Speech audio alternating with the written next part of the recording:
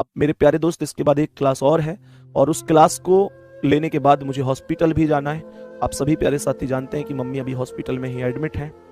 और वास्तविकता मैं तुमको सच बताऊं कि हम लोग, मतलब ऐसे समझो कि जीवन में मेरे में अगर कभी हंसी खुशी और ये सारी मतलब चीजें थोड़ी बहुत, मतलब जो परेशानियां उनको भूल पाता हूं तो आपकी क्लास में आकर एहसास हो पाता है। बाकी सच यही है कि ये हंसी मजाक ये सबसे परे भी एक चीज है, और वो चिंता है कि मम्मी कब ठीक होकर घर वापस आएंगी। क्योंकि इसलिए नहीं, मुझे पता है वो ठीक होकर आ जाएंगी, पर इसलिए कि सच बताऊं तो पता है, मतलब मम्मी से हमेशा, देखो सबका ही होता है भाई, माता पिता से बढ़ के कोई नहीं होता।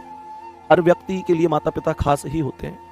और वास्तविकता बताऊं, कुछ ऐसा रहा हमेशा से कि मम्मी से इतना लगाव हमेशा रहा है कि जब साथ रहता था, मतलब जब स्टूडेंट लाइफ थी, तो जब तक मतलब बैठकर 2-3 घंटे आराम से बात नहीं की तो तब तक ऐसे लगता था कि यार जैसे आज कुछ हुआ ही नहीं है। और आज मान के चलो कि मम्मी से अब जैसे थोड़ा अपना ये एक तरीके से समझो कि कोचिंग लाइन आ गई, थोड़ी जिम्मेदारियां आ गई, तो मम्मी से डेली मुलाकात नहीं हो पाती थी, लेकिन फोन पर 1 घंटा 1.5 घंटा आधा घंटा इतनी बातें हो पाती थी। अब वो सैटरडे से मतलब एडमिट है, तो कुल मिलाकर स्थिति ऐसी है कि अभी फिलहाल 10 मिनट के लिए सुबह मिलने देते हैं, 10 मिनट के लिए शाम को मिलने देते हैं। आईसीयू में एडमिट है। सुबह तो मैं मुलाकात कर नहीं पाता हूँ उनसे, क्योंकि सुबह का जो टाइम है वो 11 बजे का टाइम है मिलने का, लगभग 11:45 से 12 बजे का।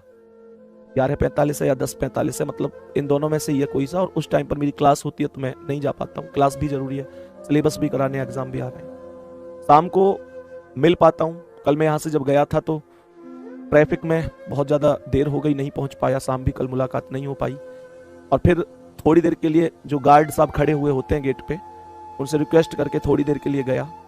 तो हमारी मम्मी को पता है क्या टेंशन थी। मतलब एक चीज होती है कि जब इंसान का इतना बड़ा ऑपरेशन होता है, सोचो कि 40 टांके एक पैर में और 40 टांके एक पैर में, दोनों में मिलाकर 80 टांके आए उनको। बहुत बड़ी बात होती है 2.5 घंटे ऑपरेशन होना, 2.5 घंटे ऑपरेशन होना, और मतलब हड्डी को पूरा काटना, फिर दूसरी उसकी जगह फिट करना। घुटने के ऑपरेशन हुए थे, आपको बताया मैंने। अब मतलब जब मैं मम्मी के पास पहुंचा तो मैंने कहा कि तुम ठीक तो हो, अब थोड़ा फायदा महसूस कर रही हो। तो हमारी मम्मी को मतलब ये टेंशन नहीं है कि उनके 40 टांके आए, उनको टेंशन ये थी, वो मुझसे ये पूछ रहे हैं कि तू कोचिंग से सीधो सीधो भागे आयो हो क्या, कुछ खाए के भी आयो है, कुछ खा भी लियो थे ना। मतलब सच में यार, हम सब की जो माता होती हैं उनसे बढ़कर कोई नहीं हो सकता। अपने दर्द को इग्नोर करके हंसने की कोशिश कर रही हैं। वहां जो अंदर सिस्टर थी, मतलब जो नर्स वगैरह होती है उनसे सिस्टर बोलते हैं, मैंने उनसे पूछा कि कैसी तबीयत अभी, तो उन्होंने कहा कि तुम आए हो, तुम्हें देखकर थोड़ा हंस रही हैं, बाकी काफी दर्द था इनके, तो हमने दर्द की दवा वगैरह दी है तो थोड़ा फायदा है। सुबह से नहीं हंसी थी, तुमको देख के थोड़ा हंस रही है। उनकी परेशानी इतनी होने के बावजूद वो मुझसे पूछ रही कि मैं तो ठीक हूं, तू बता रोटी खाया हो क्या ना, रोटी खाई सुबह से, वो मुझसे ये पूछ रही है।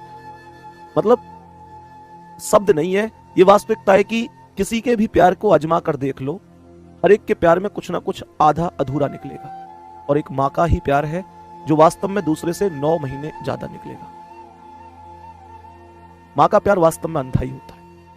और फिर अब कल में 1 मिनट मिला फिर उनसे, उस गार्ड भाई जो थे वहां पे, उनसे रिक्वेस्ट करके, अब मैं तुम्हारी क्लास के बाद एक क्लास और है अभी एनटीपीसी की, उसके बाद उनसे मिलने जाऊंगा। हालांकि कल शायद छुट्टी हो जाएगी तो कल घर आ जाएंगी। मतलब कुल मिलाकर माँ ही होती है।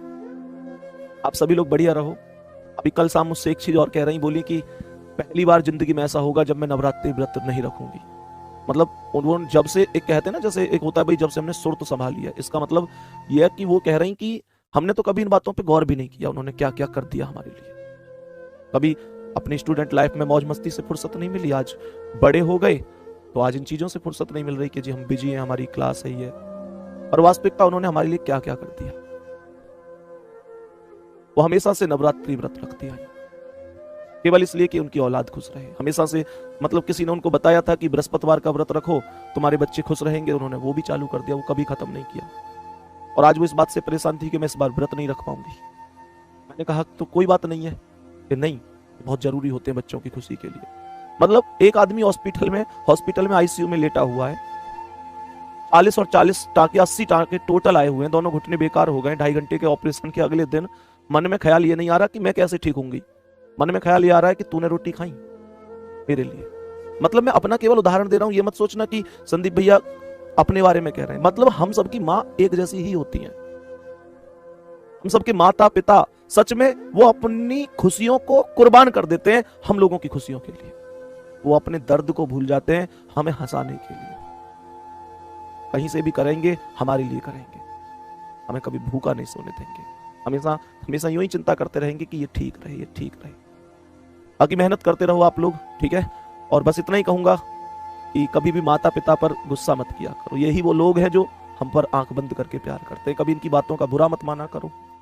मम्मी पापा की बात का कभी बुरा मत माना करो। कभी डांट दें, कभी पिटाई कर दें, कभी कुछ भी कह दें, क्योंकि वही हमारे जीवन के वो असली साथी हैं जो कभी सपने में भी हमारे बारे में बुरा नहीं सोच सकते।